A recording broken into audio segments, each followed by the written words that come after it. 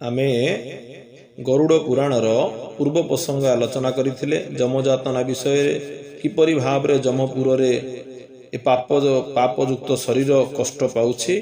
आसंतु सेठार विषय वस्तु आगे नबा।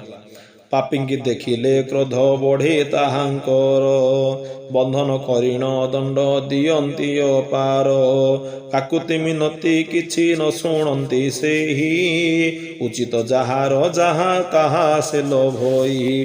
जमराज कौन करुछंती कौन कहउछंती जहा पाई जहा दंड अछि ताहा ताकु निश्चित भावरे भोग्याई पड़िबो। काहाकु से पातर अंतर करंती नाही। जे जेमिति कर्म करिथाय सीए सेमिति फल पाए। सेपुरे केही आहा बोली न कहई अधिक दंड देबाकू आसंती से धाई। दूतंकर रूप अतिशय भयंकर विकटाल मूर्ति दंत लंगल प्रकार। जमपुर रे आहा बोली केही कहिबे नाही। जहा आपणकर भोगिबार अछि आपण ताहाको भोगिबे। भयंकर रूप नहीं जमदूत माने दौड़ी आसंती। विकटाल तांकर मुख विकटाल तांकर दांत लंगल परि तांकर दांत ही थाय।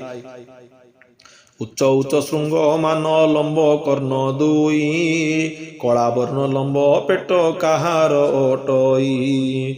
हस्तपदरे शोभित लंब नख मान सेही माने प्रहारंती धरी शस्त्र मान। निर्दय निष्ठुर चित्त अटई तांकर दया माया तिले नाही काहार उपर।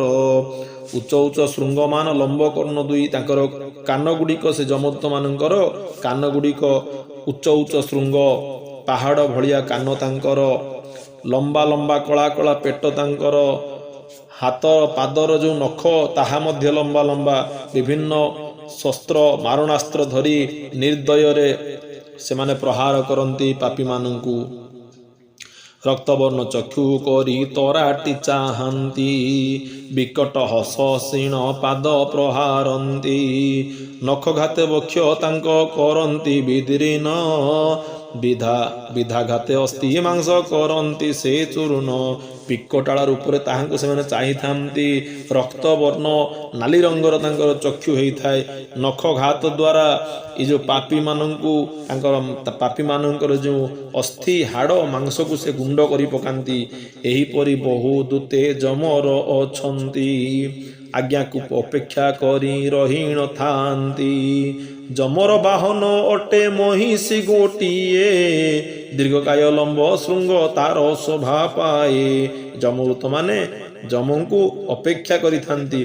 जेमिति जम आदेश देवे संगे संगे समय तांकर कार्य को आरंभ करिवे।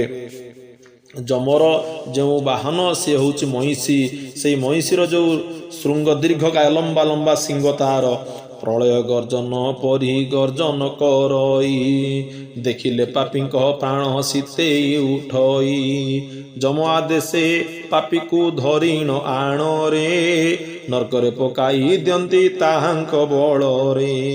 अनेक विकल होई चित्तरे भावई मिछे मर मर बोलिए पाप लोभई। पुत्र द्वारा धन एते स्नेह पाली थीली केही साहाଯ୍ୟ नहिले नेत्रे देखिली।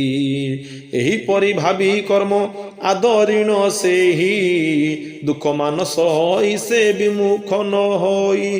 जतबेले जमंकर दूत माने ए पापी को घोषारी आणुछंती सेतले से पापी कष्ट पाउछि नरकरे पकाउछंती कष्ट पाउछि। सेही समय से चिंता करूछि पुत्र द्वारा पुत्र कहले निजर पुओ दारा कहले निजर स्त्री पुत्र स्त्री कथा चिंता करूछि।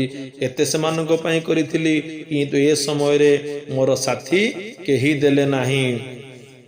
एही परि भावी कर्म आदरिण सेही दुख मान सहई से विमुख न होई।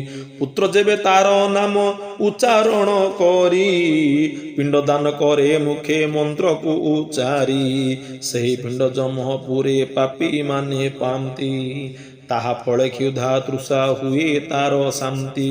जेतेबेले ए मर्त्यपुर रे पुत्रटीए पिंडदान करे सही पिंडदान करने समय रे से पिंड को पापी माने जमपुर रे पांती एवं निजर क्षुधा तृष्णा ताहाकू मेंटेई थांती।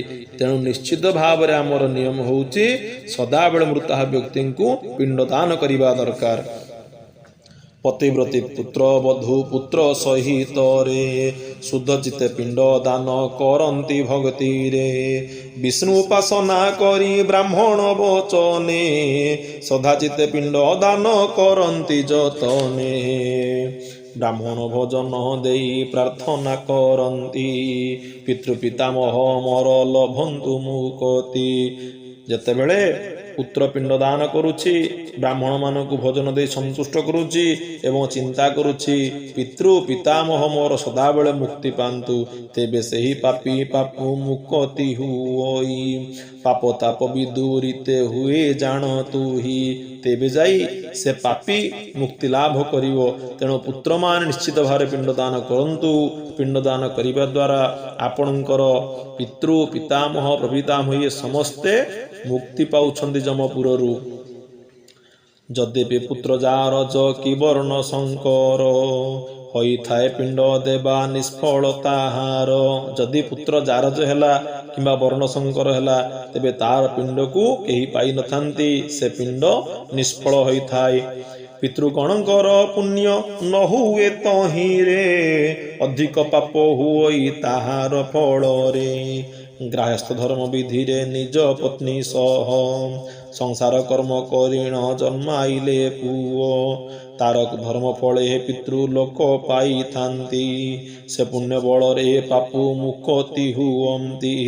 तेणु जारज संतान वर्ण शंकर संतान पाखरु पितृगण माने पिंड पाती नाही आहरी अधिक पाप होता है। तेणु प्रकृत में जो माने गृहस्थ धर्म धारण करी विधि विधान सहित पत्नी सह सहवास करी जो पुत्र को से माने जन्म दे थांती से पुत्र तार धर्म फल रे पितृलोक पर्यंत से पिंड दान करि पारे। जो पिंड दान करे पितृलोक ताहाकू पाई थांती।